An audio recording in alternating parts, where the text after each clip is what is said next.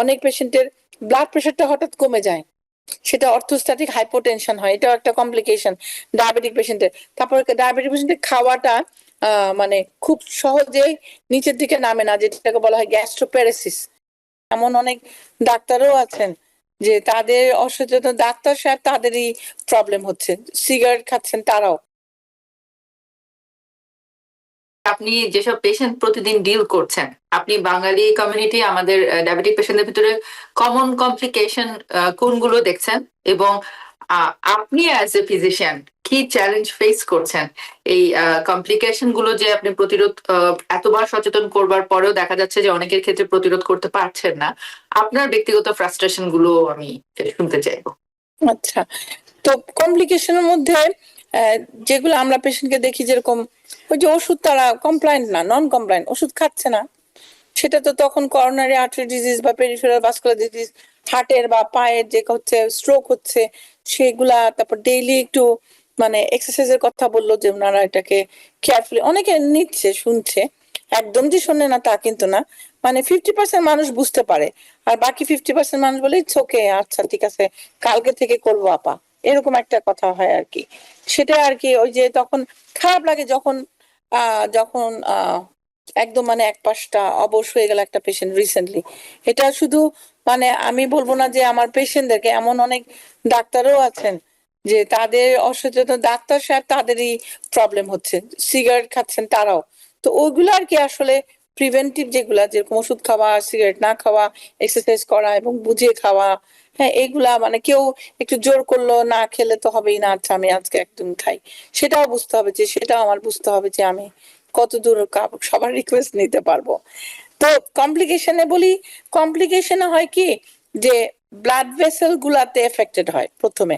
তো সেটা হচ্ছে চিকন চিকন ব্লাড ভেসেল এবং একটু মোটা ব্লাড ভেসেল। একটু মোটা ব্লাড ভেসেল বললাম আমরা হার্টকে, আমরা যেটা বারবার বলতেছিলাম, আর চিকন হার্ট তারপর পায়ে অথবা মাথায়, সেগুলো হচ্ছে বড় বড় ব্লাড ভেসেল গুলাকে হয়।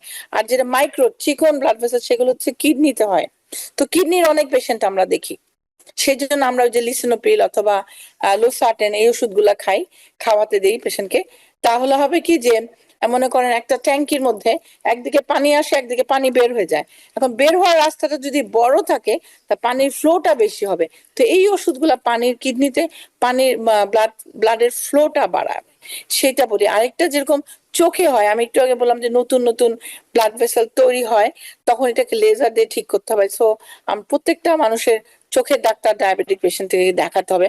আমি বললেও অনেকে শুনে না, যেতে চায় না, বা ডাক্তার কাছে একটু দেখাতে, কারণ আমার কাছে তো সেই যন্ত্রণা, আর আমি তো অপথলমোলজিস্ট না। তো আপনাকে চোখটা বছরে একবার দেখাতে হবে।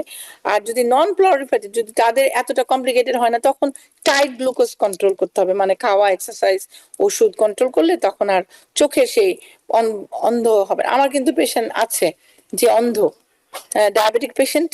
আমার দুইটা পেশেন্ট আমার নিজেদের বাঙালি পেশেন্ট, চোখে দেখে না কিন্তু। সো এগুলা কিন্তু আনকমন জিনিস না, কমনই।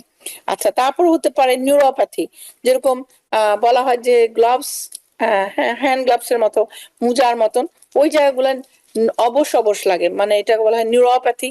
তো সেটার জন্য আমরা তাদেরকে টাইট গ্লুকোজ কন্ট্রোল করতে পারি। তাছাড়া অনেক পেশেন্টের ব্লাড প্রেশারটা হঠাৎ কমে যায়, সেটা অর্থোস্ট্যাটিক হাইপোটেনশন হয়, এটা একটা কমপ্লিকেশন ডায়াবেটিক পেশেন্টের। তারপরে ডায়াবেটিক পেশেন্টের খাওয়াটা মানে খুব সহজেই নিচের দিকে নামে না, যেটাকে বলা হয় গ্যাস্ট্রোপ্যারেসিস। হ্যাঁ, খুব খাওয়া পেটটা পুরো ফুল লাগে অনেক পেশেন্ট বলে, এবং এবং মেটফরমিনের একটা সাইড এফেক্ট, সেটাও আর জিআই সাইড এফেক্ট থাকে। সব এটাও কিন্তু একটা কমপ্লিকেশনের সাথেই জড়িত। সেই জন্য আমরা সেজন্য আবার দেখি যে পায়ের ব্লাড ভেসেল গুলোতে এমন ভাবে ক্ষতি করে, তখন ওরা পায়ের বোধ শক্তি না পায়, ওখানে যদি কেটেও যায় বলতে পারে না যে আমার পা কেটে গেছে। সুতরাং সেখানেও পাটা ডাক্তার কাছে আমরা সবসময় আমাদের ফুড ডক্টরকে বছরে একবার পাঠাই। তো কমপ্লিকেশন যদি চিন্তা করেন, it's a big thing from diabetes, যে মাথায় স্ট্রোক হয়, চোখ কানা হয়ে যায় উপর থেকে বলি, তা হার্টে অ্যাটাক হবে, হ্যাঁ কিডনি নষ্ট হবে, তারপর ইম্পোর্টেন্স হবে ছেলেদের, যেরকম পুরুষাঙ্গ, হ্যাঁ সেটা হচ্ছে দুর্বল হয়ে যাবে, হ্যাঁ ইরেকটাইল ডিসফাংশন হবে।